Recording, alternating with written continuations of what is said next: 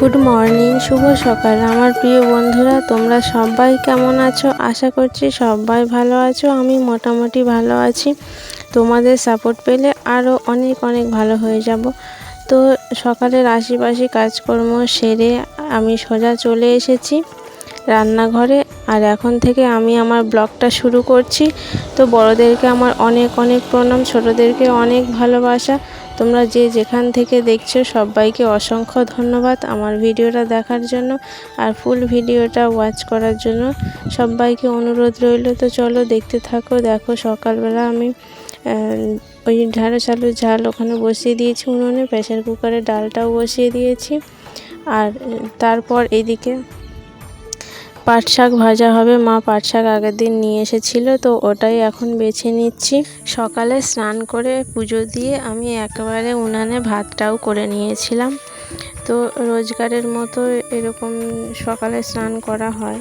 তারপর এইদিকে দেখো চলে আসলাম আমি রান্নাটা হয়ে যাওয়ার পর।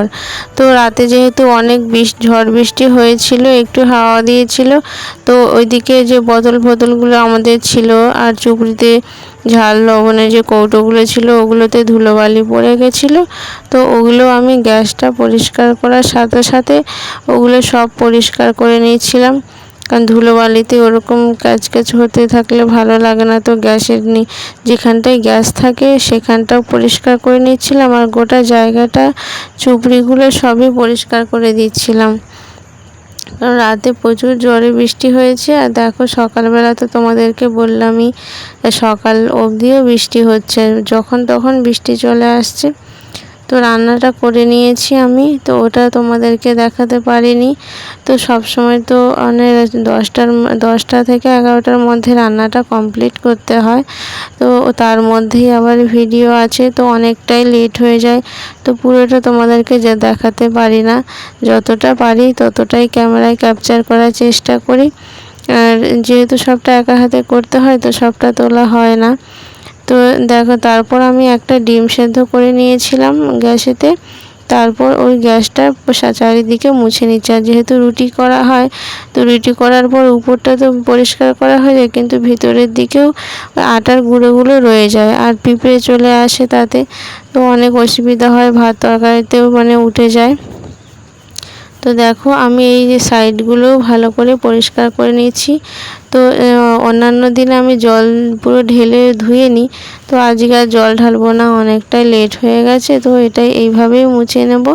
আর আনুষঙ্গিক বাদবাকি অনেক কাজ আছে, তো সবটাই তোমাদের সঙ্গে শেয়ার করব। দেখো আমি কৌটোগুলো মুছে রেখে দিয়েছি, সবগুলোতে ধুলো পড়ে গেছিলো। তো চলো দেখতে থাকো। আর এইদিকে রান্নাটা আমি দেখিয়ে দিচ্ছি, হয়ে গেছে। দেখো প্রেসার কুকারে ডাল করে নিয়েছিলাম, আর ওইদিকে আছে শাক ভাজা, শাকটা যে পাট শাক ভাজা করেছি। আর তার নিচে তো তোমাদেরকে বললাম এখানে আলু সেদ্ধ করেছি, আলুটা মাখা হয়নি। আর এখানে আছে ঢ্যাঁড়স আলুর ঝাল, আর হাঁড়িতে আছে ভাত। আর এই দেখো একটা ডিম সেদ্ধ করে নিয়েছি। তারপর দেখছি কলে মা একটা আমাদের ছাগলের পাতলা পায়খানা হচ্ছিলো, পেট গরম হয়ে, তো ওকেই স্নান করিয়ে দিচ্ছিল। আর দেখো বৃষ্টি হওয়ার কারণে, সারা রাত বৃষ্টি হওয়ার কারণে আমার গাছগুলোর কি অবস্থা, পুরো নেতিয়ে আছে। অনেক বৃষ্টি হয়েছিল তো তার বৃষ্টি হওয়াতে গাছগুলো কেমন হয়ে গেছে।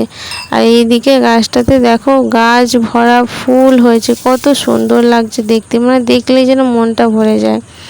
আর ওইদিকে লঙ্কা গাছটা আমার একদম বৃষ্টি হওয়াতে গোড়ার মাটিগুলো ধুয়ে গেছে, আর তাতে অনেকটা ঝোপঝাড় মতো হয়ে গেছে গাছটা, অনেকটা ডালপালা হয়েছে আর মাটি সেরকম নেই গোড়াতে, তো হেলে চলে যাচ্ছে। ওকে আমি খোঁটা দিয়ে বেঁধেছি, বাঁধার পরেও ওটা হেলে চলে যাচ্ছে, ভারী হয়ে গেছে অনেক। তো ওটাকে বারে ঠিক করার চেষ্টা করছিলাম, কিন্তু তবুও সে হেলে যাচ্ছে। আর ওটাকে অনেক বড় একটা লাঠি দিয়ে বাঁধতে হবে। তো এই মুহূর্তে তো লাঠি নেই, তো ওটাকে আমি যা হোক করে একটু সোজা করার চেষ্টা করছিলাম। তো দেখো তোমরা ওটা বারে আমি সোজা করছি আর বারে ওরকম হেলে যাচ্ছে। তো কি আর করা যাবে, ফুল হচ্ছে গাছটাতে, বেশি নাড়াচাড়াও করা যাবে না। তো ওই রকমভাবেই রেখে দিলাম। পরে আবার দেখা যাক একটা বড় লাঠি দিয়ে বেঁধে দেবো যাতে ভালোভাবে ফলগুলো ধরে। তো চলো দেখতে থাকো।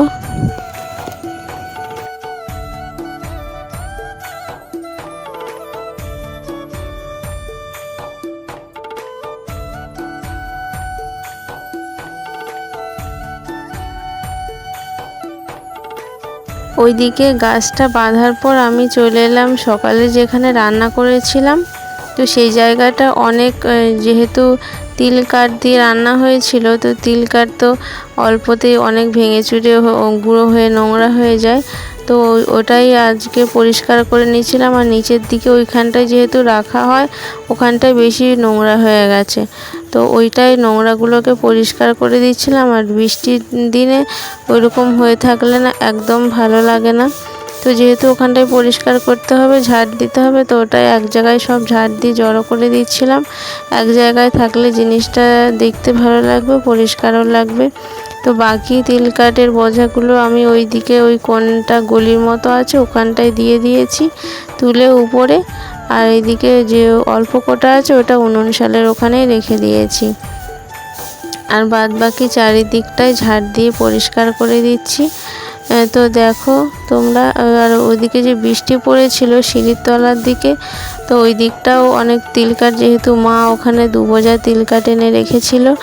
সকালের দিকে রোদ একটু ছিল তখন এনে রেখেছিল, তারপর বৃষ্টি হওয়ার কারণে ওগুলো ভিজে গেছে। তো ওই দিকেও একটু নোংরা হয়েছিল, তো ওটাও ঝাড় দিয়ে আমি এদিকে নিয়ে এসে সব ওখানে রেখে দিচ্ছিলাম জড়ো করে। তো দেখতে থাকো তোমরা, সঙ্গে থাকো, চলো।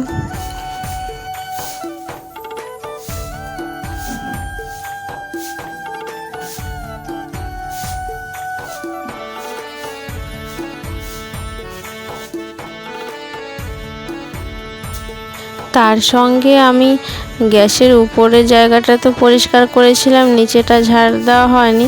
তো থালা বাসনের ঝরাটা যাতে ধুলো না ভর্তি হয়ে যায় থালা বাসনগুলোতে, ওটা একটা গামছা দিয়ে চাপা দিয়ে দিলাম। তারপর নিচটাও ঝাড় দিয়ে নিচ্ছি ভালো করে। আর যেহেতু ব্যাঙগুলো ঢোকে না, ব্যাঙগুলোর ভিতর দিকে ঢুকে পায়খানা করে দেয়, তো পরিষ্কার করে সেগুলো সকালেও ঝাড় দেওয়া হয়। তো যদি কিছু থেকে যায়, যার জন্য আমি ওগুলো সরিয়ে সরিয়ে আরও ভালো করে ঝাড় দিয়ে দিচ্ছিলাম রান্নার পর। আর ওই যে আটার গুঁড়ো হাবিজাবিগুলো চুপড়িগুলো ঝাড়া হয়েছিল, যেহেতু নোংরাগুলো আছে। আনাজ ওখানে কাটা হয়েছিল, আনাজের কিছু খোসা হয়তো পড়েছিল, তো সেগুলোই ঝাড় দিয়ে আগে পরিষ্কার করে দিচ্ছি একবারে।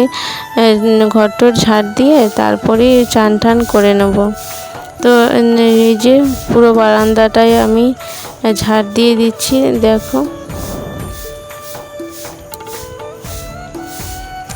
আর নরম ঝাঁটাতে ঝাড় দেওয়া হয় যাতে ওই, যেহেতু রাব ঢালাই করা আছে বাড়িতে, তো শক্ত ঝাঁটাতে রেগুলার ঝাড় দিয়ে দিয়ে না বালি ফালিগুলো অনেকটা উঠে গেছে। তো নরম ঝাঁটাতে ঝাড় দিলেও আবার কি হয়, ধুলোগুলো যেতে চায় না, যার জন্য আমি আজকে আবার ওই শক্ত ঝাঁটাটাতেই ঝাড় দিয়ে নিলাম। আর সকালে যেহেতু চান টান করে নিয়েছিলাম, তো এখন চলে এলাম ভাতের থালা নিয়ে। তো আজকের ব্লগটা এখানেই শেষ করছি, দেখা